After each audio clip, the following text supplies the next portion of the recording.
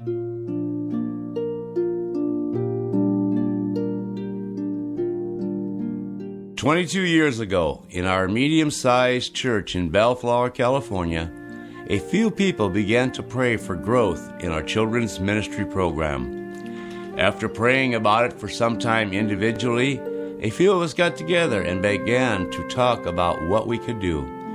A very energetic and courageous lady named Dolly Van Setten was one of those people. She had a heart for the Lord and a spirit for adventure. She mentioned the fact that her daughter and son-in-law lived on Eucalyptus Street in Bellflower, and they could sure use some people to help them out. Two others who were praying the same prayer were Daryl DeLue and Milt Gilman. They believed in what God could do, but never dreamed it would be on such a grand scale. At that time, police cars lined the street. The odor was pungent, and there were kids running through the middle of gang fights and domestic wars. The homes were run down, and the yards were filled with garbage left for someone else to pick up. The first time Dolly, Milt, and Daryl went to visit on the street, Milt's heart and soul debated with his brain and common sense. Should he stay and talk to a few families, or should he head back to the safe side of town, only 3 streets away? God was at work in that team's heart already. They told a few kids that they'd be back to pick them up on Wednesday and asked the kids to tell their friends about it. When they arrived Wednesday evening, 4 kids waited on the curb with their permission slips. Milt was saddened by the fact that there weren't many kids, but he welcomed them anyway. The following year, on the way home from church, I asked one of the kids if his family had decorated a Christmas tree yet. The child explained that his family didn't have a Christmas tree because they couldn't afford it. The next day, we were there on the doorstep with a Christmas tree and decorations. Christmas has never been the same since that evening. The bus ministry has become a vital aspect of our church, and Christmas on Eucalyptus Street has become even more exciting each year. The entire church prepares for the Wednesday before Christmas. People pack food baskets and gift boxes for families. The day is filled with preparations, from wrapping gifts to counting blankets to sorting cans and arranging gifts. We have a circle of prayer with over 60 people committing the night to God and asking for safety.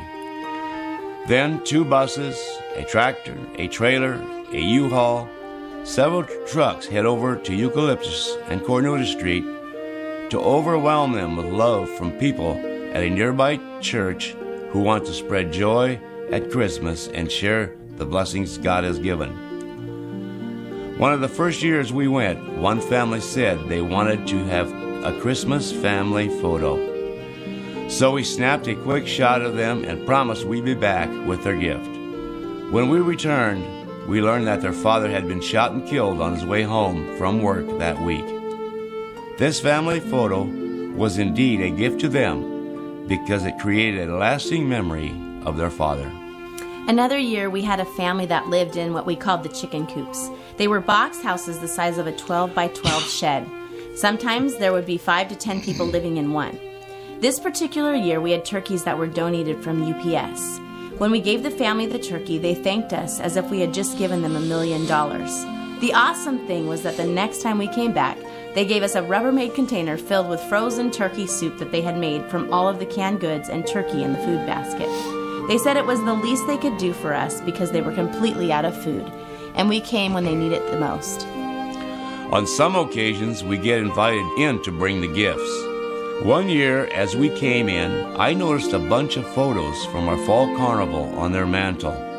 When I asked what that was all about, the mom said, "We don't have a camera, so we take a picture every year at the church carnival to show how our family grows." Just a simple gesture of photo booth at Halloween meant so much. Eucalyptus Christmas is so special not because of what we do, but because of what we receive in return. These people are great people who are just trying to do their best with what they have. One year, my dad made my mom make an entire Christmas meal for a family on Eucalyptus Street. When we arrived, the family was so grateful, they insisted that we take some of their homemade tamales home with us to eat.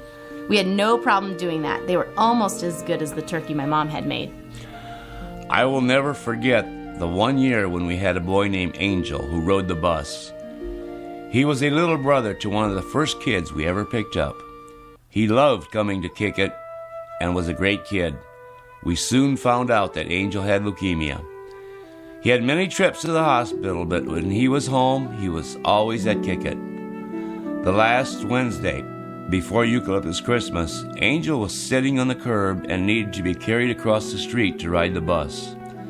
At that point, he was no longer able to go to Kick It and was so saddened by that.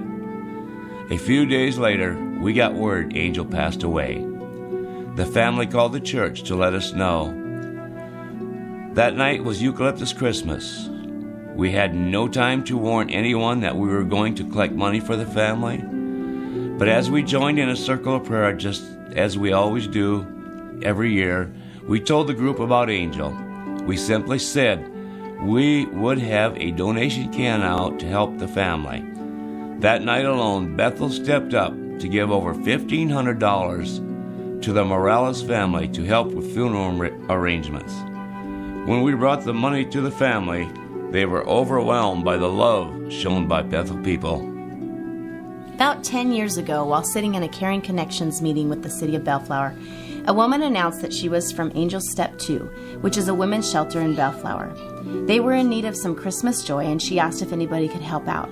Before my mind could even process this, my hand was in the air saying, "My church can help." What an amazing connection that turned out to be. Each year, we bring 30 robes to the residents there and gifts and blankets for all the kids. It's so much fun to go in with Santa and Mrs. Claus to deliver gifts to each one by name. They feel so honored to be remembered, but it's also a good reminder to us of how we have been given so much and that we are called by God to give to those in need. This year, we delivered to over 50 families. We brought food baskets to each family, gifts for the kids, stuffed animals, socks, and just a little bit of Christmas joy to the families we have grown to love so much. Bethel is a caring church who gives so freely to this ministry. Thank you for 22 years of Eucalyptus Christmas. Each one holds a special memory for me. You are all part of the ministry, which continues to grow each year. It is my prayer that you will be blessed beyond measure this Christmas.